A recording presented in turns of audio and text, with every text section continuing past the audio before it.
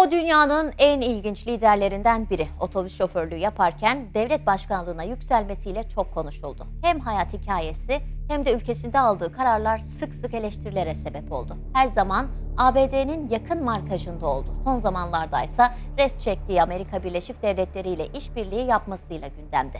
Karşınızda Venezuela Devlet Başkanı Nicolás Maduro'nun profili.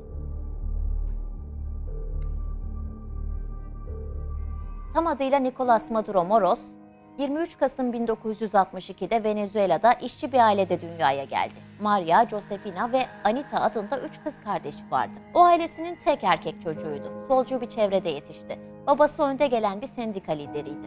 Caracas'ta işçi sınıfının yaşadığı bir bölgede büyüdü. Maduro'nun soyu Afrika ve Amerika yerlilerinden geliyordu. Ailesinin soyu Sefarat Yahudilerine kadar uzanıyordu. Sefarat Yahudileri Yahudi-Roma Savaşı'ndan sonra zorunlu göçle İspanya'dan çıkarılmışlardı. Ataları Venezuela'da asimile olarak Katolik olmuştu.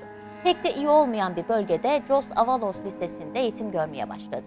Maduro'nun özellikle babası sol görüşü benimsemişti ve siyasetten uzak biri değildi.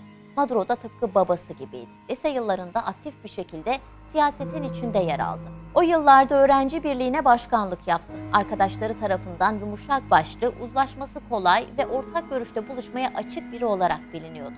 Okulla bağı iyi değildi. Aklı hep siyasetteydi. En büyük tutkusuysa müzikti. Liseyi son sınıfta terk etmeye karar verdi.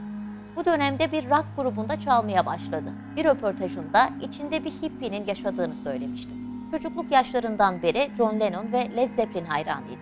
Tanıyanlar onun sakin ve kibar biri olduğunu söylüyordu. Kısa bir süre sonra eğitimini yarım bıraktığı için pişmanlık duydu. Artık eğitimini tamamlamak istiyordu. Bu yüzden Küba'ya giderek eğitim hayatına burada devam etti. Eğitimiyle ilgili detaylı bir bilgi olmasa da eğitimini tamamlayıp Venezuela'ya döndüğü biliniyor. Ülkesine döndüğünde otobüs şoförü olarak çalışmaya başladı. Otobüs şoförüyken ilerleyen yıllarda ülkesinin başkanı olacağından bir haberdi. 27 yaşına geldiğinde hayatının en büyük acılarından birini yaşadı. O yıl babasını trafik kazasında kaybetti. Bu yıllarda Adriana Guerra Angulo ile hayatını birleştirdi. Bu evlilikten Maduro Guerra adında bir oğlu oldu. Artık siyasette daha fazla ilgilenmeye başlamıştı. Venezuela Sosyalist Partisi'ne katıldı. Sendika temsilciliği yaptı. 1990'lara gelindiğinde artık o, ordu içindeki solcu muhalif grubun sivil kanadındaydı.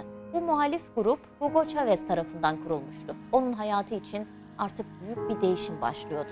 Bu hem mesleki hem de manevi anlamda bir dönüşümdü. 90'ların eşinden boşanmıştı. Hayatının kırılma noktalarından biri Clia Flores'le tanışması oldu. Bu kadın siyasetin içinde kendini ispatlayarak güçlenmiş bir politikacıydı. Avukat Flores, Ulusal Meclis Başkanlığı yapan ilk kadındı. 1992'de başarısız olan darbe girişiminin ardından Chavez tutuklanmıştı. Maduro'nun kız arkadaşı Flores, Chavez'in avukatlığını yapıyordu.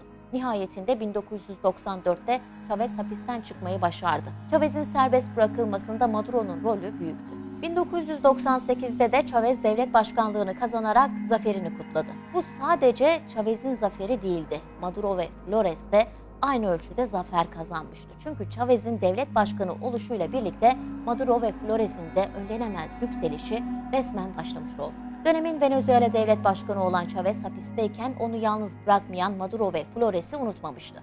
Flores, milletvekilliği, meclis başkanlığı, Adalet Bakanlığı gibi üst düzey devlet görevlerine getirilirken Maduro da kurucu meclise seçilmişti.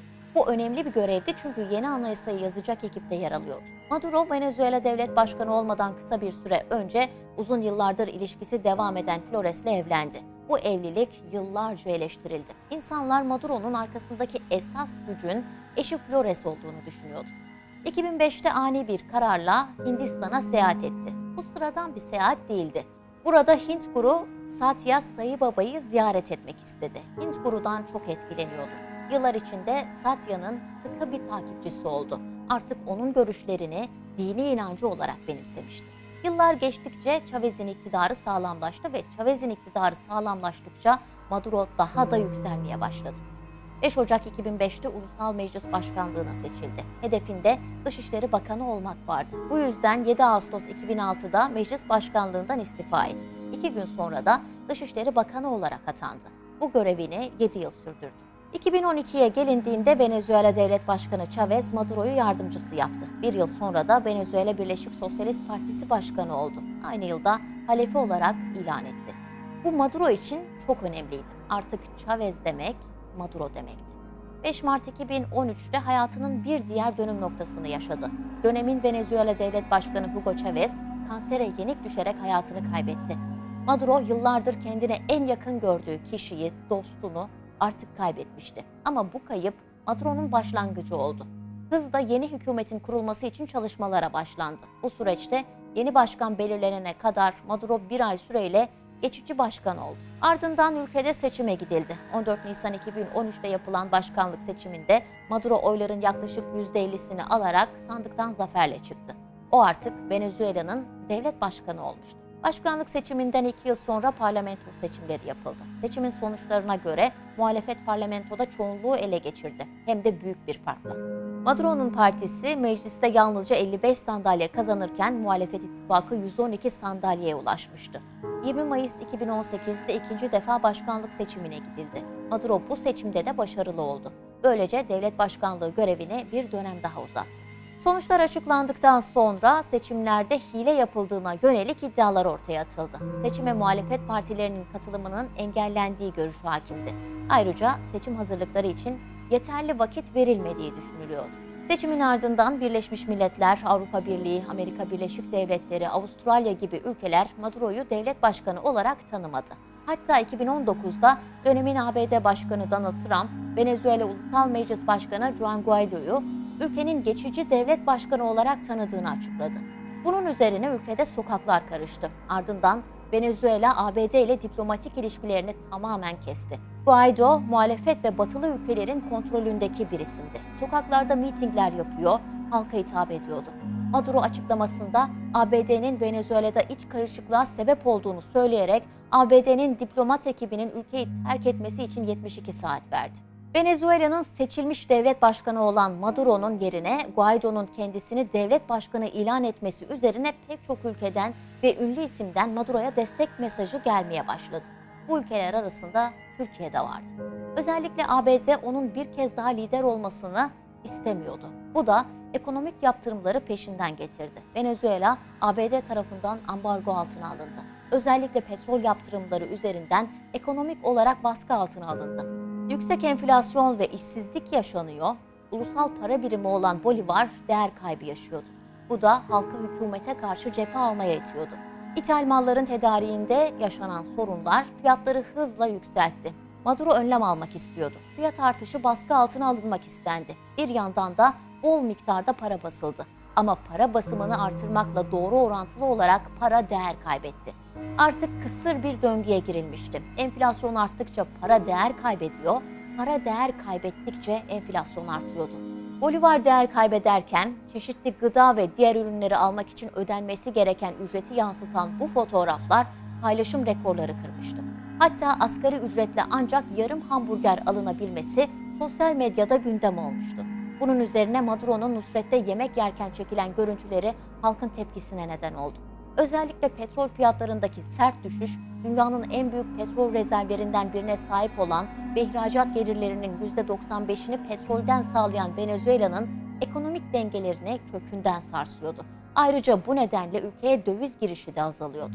IMF'nin raporuna göre bu dönemde Venezuela ekonomisi %25 küçüldü. Birleşmiş Milletler raporuna göre ise ekonomik gerekçelerle ülkeden ayrılanların sayısı 3 milyonu buldu. Ekonomideki bu olumsuz etkiler iyiden iyiye hissedilirken ekonomik kriz karşısında etkili adımların atılamaması halkı sokaklara döktü.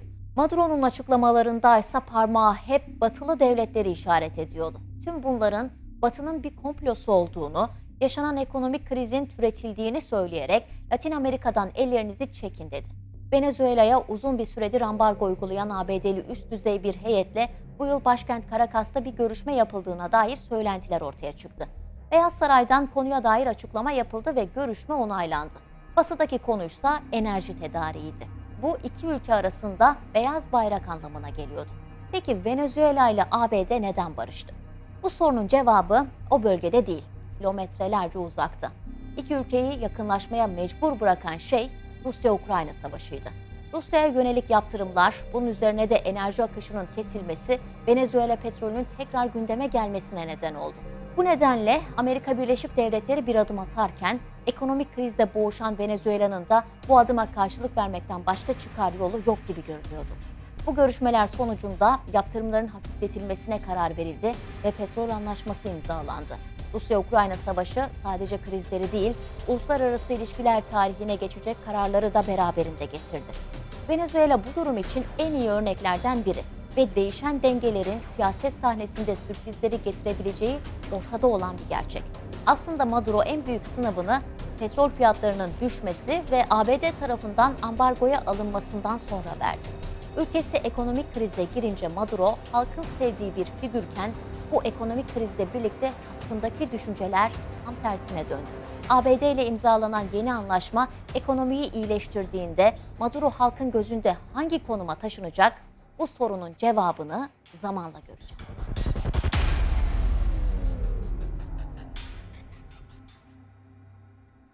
O dünyanın en ilginç liderlerinden biri. Otobüs şoförlüğü yaparken devlet başkanlığına yükselmesiyle çok konuşuldu. Hem hayat hikayesi hem de ülkesinde aldığı kararlar sık sık eleştirilere sebep oldu. Her zaman ABD'nin yakın markajında oldu.